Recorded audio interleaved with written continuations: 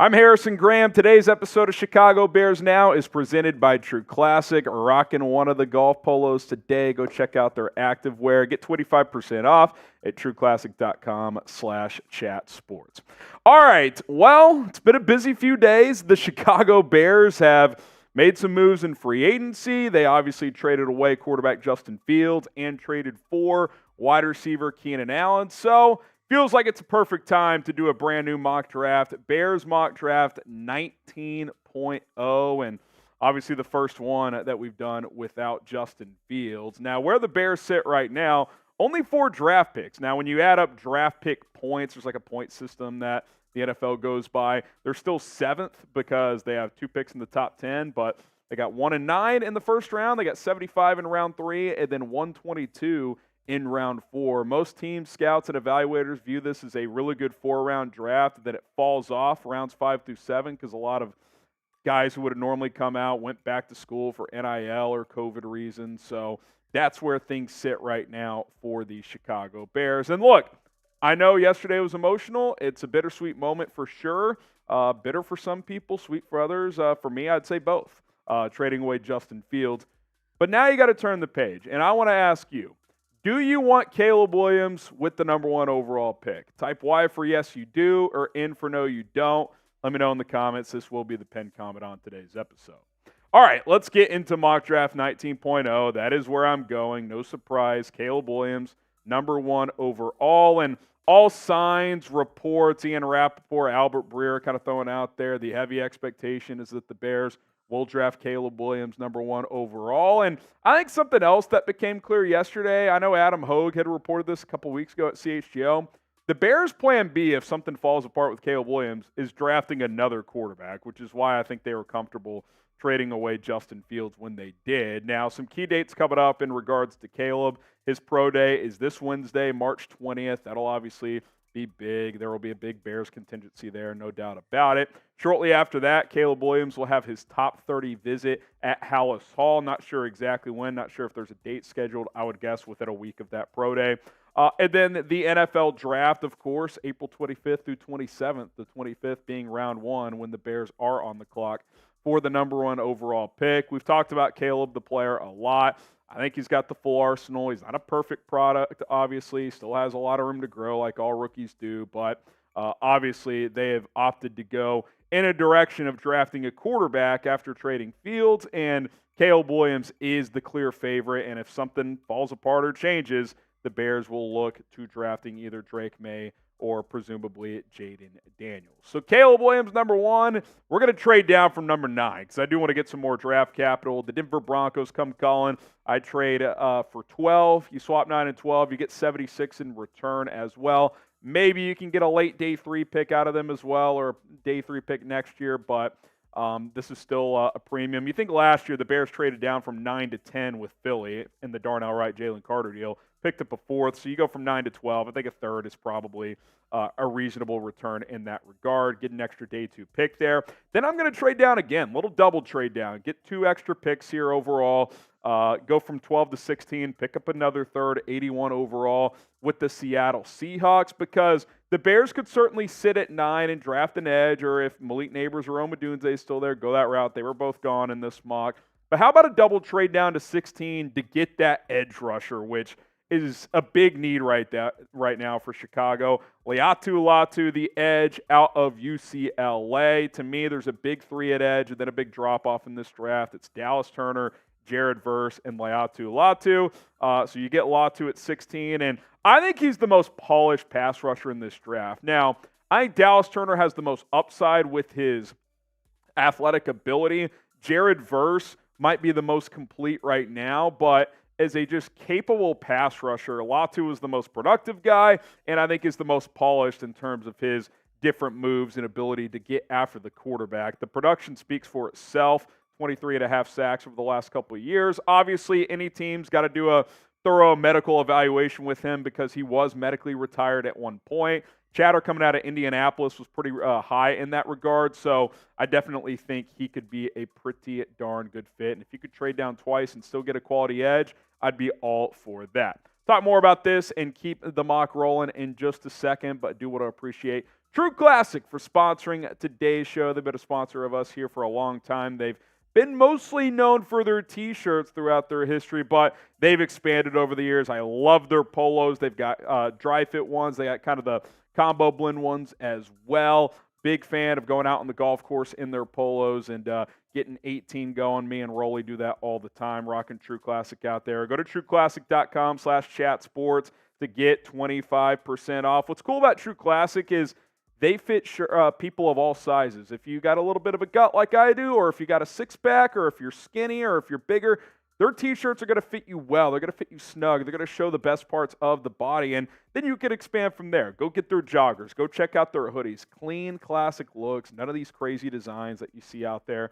with a lot of these brands. That's why it's called True Classic. TrueClassic.com/chatsports, and my favorite part as well is if you buy in bulk, 3-pack, 6-pack, 9-pack for their different products, you get better bang for your buck. So go check them out today. No reason to wait. Spring is here. Golf is on the horizon if you like to get out and tee it up. TrueClassic.com/chatsports gets you 25% off. Link is in the comments and in the description. When you get back to this Latu pick here, edge is the Bears' biggest need right now. Yes, you need another receiver. You could go defensive line. You could certainly continue to bolster that offensive line, but you look at this defensive line, you've got Montez Sweat, who you really like, but you don't have that clear edge, too. I mean, at least Andrew Billings, he's solid at nose. Javon Dexter, he came on late last year. If he has to start, I think you feel okay as long as you get some depth there at defensive tackle. But that number 2 edge position, I like DeMarcus Walker more as a rotation guy. He can play edge. He can play 3-tech. Adding another guy that just comes off the edge and gets after the quarterback, that is something you need, and Latu could certainly provide that. So still no second-round pick, but now a trio of third-round picks. And with the first one here, I'm going to take Christian Haynes, the guard out of UConn. Some evaluators believe he could play some center in the NFL too. Played strictly guard in college, so certainly would have to work at that. But he's one of the best guards in this draft. His athletic profile is very good. It checks the boxes of what Ryan Poles and Matt Eberflus like in terms of relative athletic score. Gave up just 1 sack last year, 3-year starter for the Huskies, which I like as well. His zone scheme grade was very high, which we know that is going to be a staple of this offense, that wide zone running scheme that Shane Waldron's going to likely employ. I like where the Bears' offensive line sits. You could certainly add more, though, here. You've got 2 center options right now, Coleman Shelton and Ryan Bates, which is a clear upgrade from what you had in Lucas Patrick and Cody Whitehair. But there's still questions about the future of Tevin Jenkins and Nate Davis. If both are healthy this year, they're going to be your starters. But I still think bringing in a guard is a very high possibility because they're both free agents after this year. Well, Jenkins technically isn't, but he didn't play great last year. Or excuse me, Davis technically isn't. He didn't play great last year, has some injury concerns, just like Tevin does, which we know. So you already need backups for that reason. But Tevin, free agent in 2025. Davis, you can get out of his contract as well after this year, especially if he doesn't play well. So I think drafting a guard, if there's someone you like in the middle rounds, makes a whole lot of sense. And then obviously you still need another receiver. Your top 2 is as good as any in the league right now, all of a sudden, with DJ Moore and Keenan Allen. But Javon Baker out of UCF, who didn't test amazingly well at the combine. He kind of just tested okay, but his tape is fantastic. I mean, the guy averaged 22 yards per catch on pretty high volume last year, 52 catches for over 1,100 yards, had 7 touchdowns, and this is absolutely insane. His contested catch rate is 56.3%. That means over half the time when you're basically just throwing jump balls up, he's coming down with it. That is an extraordinarily high number. And that is something that the Bears don't really have a ton of. Like, DJ Moore can do some of that, but he's more of a yak guy, right? Keenan Allen gives you some yak. He's more of an underneath kind of route running technician to get separation on those routes. They tried this with Claypool. That obviously didn't work out. You get Javon Baker in here who can work the boundary a little bit and be your number 3. Tyler Scott kind of becomes that wide receiver 4 who does some gadget stuff and can run some flies and screens for you. You could use a physical outside receiver on this offense, and I think Javon Baker could provide just that. So I think in the 3rd round, that's kind of the sweet spot for him. If he tested better, maybe he would have gone round 2, but I think between 60 and 90 is probably where he's going to go. So I think the value is there, and he fills a need and gives you a different look at receiver that you don't currently have. Subscribe to the channel. We will be your top spot for Bears NFL draft content. We'll continue to crank out weekly mocks. We'll do an updated draft trade ideas, I'm sure. Draft targets at pick number 9. Should they trade down? Should they not? We'll have it all covered. Get you ready for draft night. Then, of course, we'll be live for most, if not all, of the NFL draft. So hit the subscribe button. Turn on notifications at youtube.com/BearsDown. Okay, the last third-round pick here after trading down twice earlier. Patrick Paul. It seems like he's sitting there in the third round of these mocks when I go through these exercises, and I just find it a hard time to pass up on this guy. The athletic profile is what Ryan Poles and Matt Eberflus like. The arms are incredibly long at 36 inches. He's 6'7", 330. He ran just over a 5'1", 40 at that size. Is absolutely insane. I mean, his profile athletically is very similar to that of Darnell Wright. He's also a 3-year starter at left tackle at the University of Houston. His pass blocking is impressive.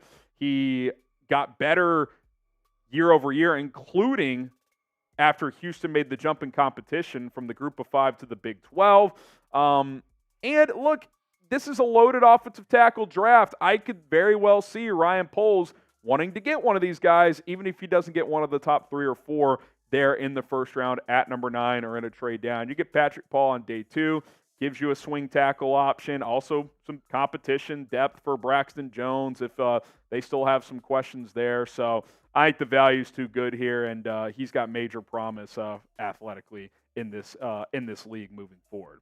How confident are you guys in Braxton Jones at left tackle? Scale it from 1 to 10. I give it a solid 7. I mean, he's played pretty solid his first 2 years. Now, I don't think he's ever going to be an all-pro. He's probably never going to be a Pro Bowler, but I think he's an above-average tackle in this league. But again, he's got limitations as an anchor. He's not as athletic as someone like Patrick Paul, so I would certainly not hesitate to bring in one of these freaks that's in this draft because this is one of the best offensive tackle drafts in recent memory.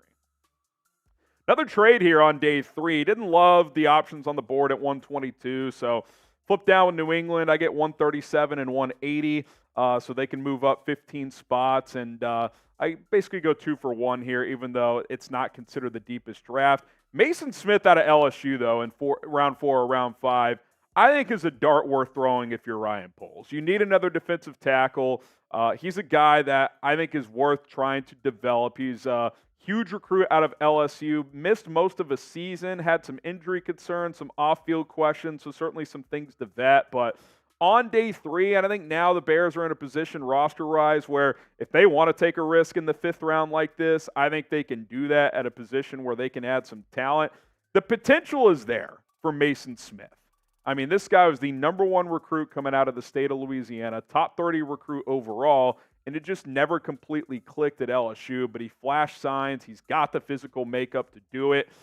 Can he figure it out between the ears? I was at his podium for about 10 minutes at the NFL Combine. Seemed like a well-spoken guy to me. Seemed like he was ready for the NFL. So bring him in here on day 3, see if he can develop. Could be one of the steals of the draft potentially. And then with that extra pick there, round 6, 180, Erick, the tight end out of Iowa. Pretty good pass catcher. His last year at Michigan in 2021, I think he had over 400 yards. This year at Iowa, had about 300 yards on a putrid offense, by the way. So he's a guy who's shown some ability to catch the football and give you some yards after the catch. You obviously still have questions at tight end 3 here. I love the 1-2 punch. Cole Kmet, Gerald Everett. That's a nice pairing. I'm still very much in favor of bringing back Mercedes Lewis as tight end 3, but if you're unclear if he wants to keep playing, he said at the end of the year he does, or if you're worried he's going to sign elsewhere, well, you obviously got to upgrade over Stephen Carlson, who he has still not been forgiven by Roley and I after that preseason drop last year. The real ones know, but Erick could be a developmental tight end 3. I think he'd be an upgrade over Carlson and someone that could become, probably not a future starter, but maybe a tight end 2 in this league. All right, there you go. Grade this Bears mock draft, A, B, C, D, or F. Let us know how you're feeling on today's mock in the comments. And be sure to subscribe, turn on the notifications. I told you guys yesterday it's time for the fan base to come back together. I get there were emotions involved yesterday, and you can absolutely still be a Justin Fields fan. I know I'm going to be. But we got to get excited about this team, man. This team could be pretty damn good. You got Keenan Allen in the fold. You still got 2 top 10 picks. Let's make it happen. We'll see you soon. Sub for Bears Dubs. See you next time.